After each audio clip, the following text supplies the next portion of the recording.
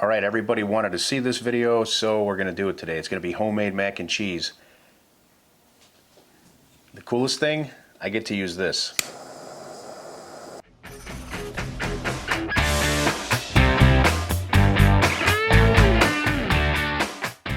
Hey everybody, welcome back to Everyday Barbecue. My name is Mike.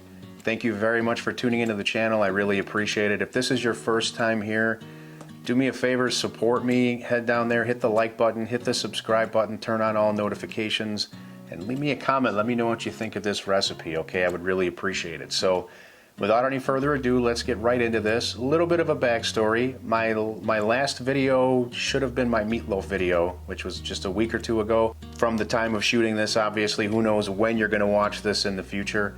But I did some mac and cheese as part of that sort of a comfort food thing, and I did, you know, it was a family dinner night, and I didn't want to film everything because it sometimes becomes very intrusive on my family. So that was just my opportunity to share my meatloaf recipe with you, and so that's what I did. But I asked everyone if they wanted to see this mac and cheese video. They said yes, so we're gonna do it today. And I guess I do this like most people. I don't think there's a whole lot of differences with my recipe versus others, but you just need some very simple ingredients. You're gonna need some macaroni, you're gonna need cheddar cheese, flour, salt, butter, milk, and whatever you want to garnish with. I'm gonna garnish with some bacon bits today, and I had to wait for my serving dish that I ordered to come in so that I could take a nice pretty thumbnail for you guys. Let me make sure this is clean. So there we go. And I'll be serving it up in there. Now that I've rambled, let me show you how to make this. So I'm turning on my cooktop here. I just bought this. I actually bought this for this video. This was a dual cooktop, and the reason why I did it was so that I would be able to do both the pasta and the cheese on the same cooktop here and share that with you, but they're not both gonna fit on here. So we're just gonna do the cheese on here, and I've got the macaroni that's gonna be going on the stove. And you know what? You should all know how to cook macaroni. Follow the instructions on the box, because that's really the easiest part of this whole recipe. It helps when you plug it in. Aha! Now that we fixed that, I'm just gonna preheat this to about low to medium heat. The first part of this, you're gonna be messing with some flour and some butter, and you wanna kinda get a little brownish color to that, but you don't wanna burn everything. So I don't want to get too high on the heat. So I'm going to get started here by melting about a half a stick of butter in this pan. And I'm just using a non-stick pan. This is some copper cookware that we got. I don't even know from where. This is a while back that we bought this stuff, but it's a real easy thing to put together when you have non-stick. So we're going to use non-stick, and I recommend you do the same. I was going to wear my Bears hat for this episode, but the Bears suck, so I decided not to because I don't want to hear about it in the comments. But now that I mentioned that, I'm pretty sure I'm going to hear about it anyway. All right, my butter's melted. I'm just going to add some flour little by little here. So I got about a total of maybe 1 or 2 tablespoons in here, but I normally don't even use more than well, I guess sometimes I'll use up to 2 tablespoons, but not very often. Now we just want to stir that in, and I think one of the most important things for me to tell you about this is that you want to keep this moving the whole time. If you have to take a break for a second to walk away, that's fine. But once you start doing this, you want to continue to move this around. So once that first half tablespoon or so of flour gets incorporated here, we're going to add a little bit more. All right, so a little bit more flour. And the only thing I hate about this particular pan is that it's sort of sinks down on the edges. That's the design. The center of it's a little higher, so sometimes you got to move this around a little more. But it gives me a lot of space to work with, and that's kind of what I like about it. But you just need to use something that is big enough for you to put in all this cheese and all this macaroni and mix it together at the end before you put it into a dish. So, you know, typically a larger pot is going to be the ticket, but anything you have that's large enough will work fine. And if you've never made homemade mac and cheese before, especially if you have kids, I mean, I love mac and cheese. I've loved it since I was a kid. My grandmother used to make it all the time, but it was always Kraft. I don't think she ever made it homemade. And I absolutely loved it. I mean, that was one of the things I looked forward to. And my grandma used to put a lot of butter in it at the end. I don't even know if you're supposed to with Kraft, but After she would strain the pasta and add the little cheese powder, she would throw in like just a ton of butter, and it was so delicious. I could eat like a whole box of it on my own when I was a kid.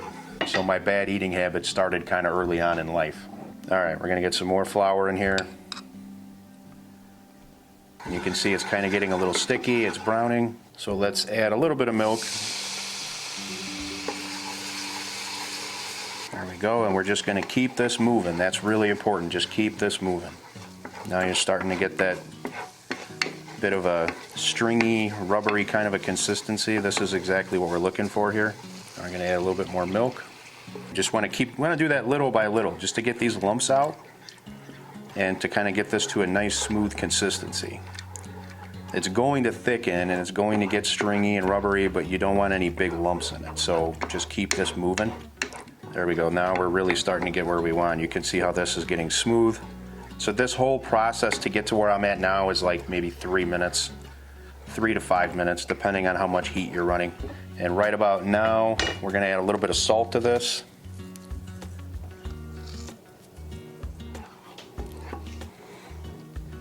All right, we're gonna add some more milk now.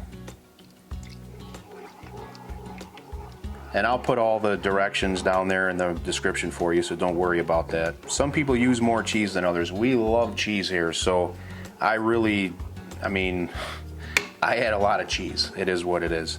As a matter of fact, I'm gonna show you here in a second. And this recipe is quite flexible with that. So if you like Monterey Jack, or if you like Colby, or if you like cheddar, or whatever it is, some people have mozzarella or even provolone in this.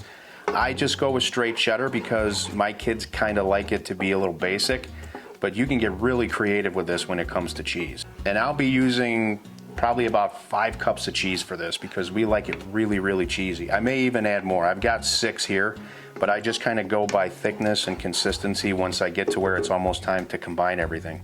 I'm gonna start adding cheese little by little to this. Stir that in till it's smooth, and then just keep adding cheese little bits at a time like I just did. It smells great. I mean, it just gets nice and cheesy, and you can start smelling that, and you can see this nice consistency that we have here.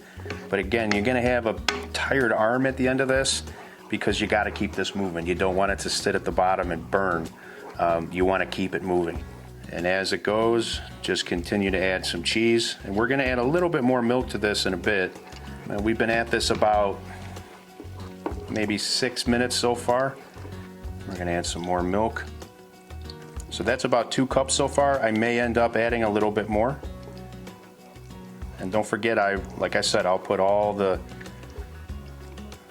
put all the details down in the description for you, so don't worry about it. So you'll know exactly what I did to get the result that I get today, which hopefully is gonna be as good as normal.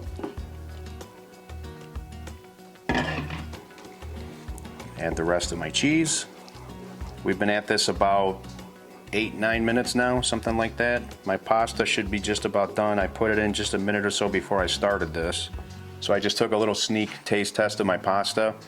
It's in perfect shape. I like mine, you know, just a tad bit on the al dente side, but you don't have to do that.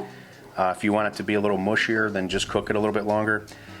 You know, I would say especially though if you're going to end up putting this in the oven, which I normally don't do unless I'm smoking it. Now, if I'm doing smoked mac and cheese, then I'll mix all this together, I'll put it in a foil tray, and then I'll put it outside on the smoker for, you know, who knows how long. We could put it out there for an hour, 2 hours.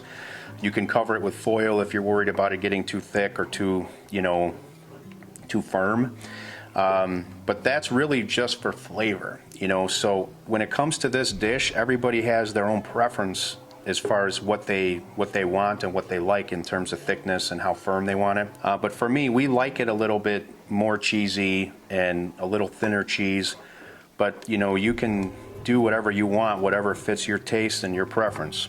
All right, so we've been at this about 12 to 14 minutes, and you can kind of see now how this stays together. It's gooey. It sort of stacks up a bit when you do this. So now I'm going to be turning off my heat. So I have 1 pound of macaroni going in.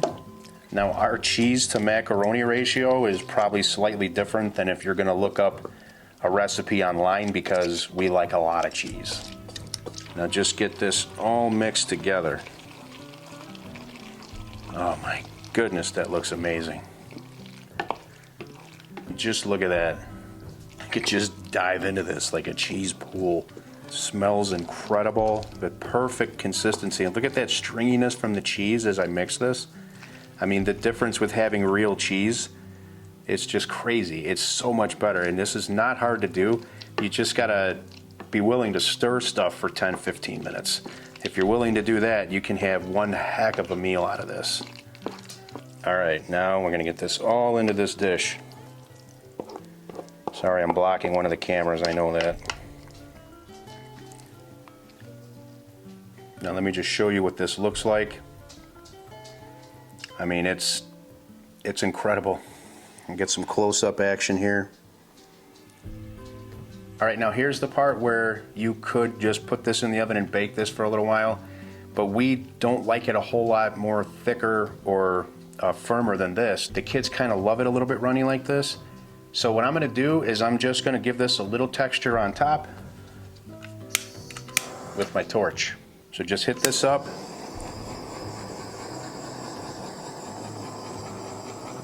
You can see it just gives a little bit of brown, just a little bit of texture. And there we go, just a little bit of color. Now I'm gonna finish this up with some bacon bits on top.